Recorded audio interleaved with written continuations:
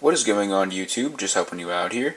And for today's video, I will be showing you how to enable your phone to vibrate when you get a call on the Motorola Moto G7.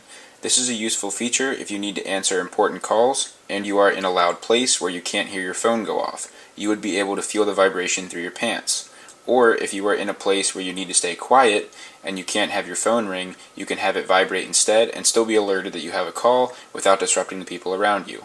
So how you do this is you pull down the status bar twice, and you're going to click on the settings gear, and then you are going to click on sound right here, and there is a toggle right here that says also vibrate for calls, and all you need to do is flip that on, and it'll be highlighted green when you do that.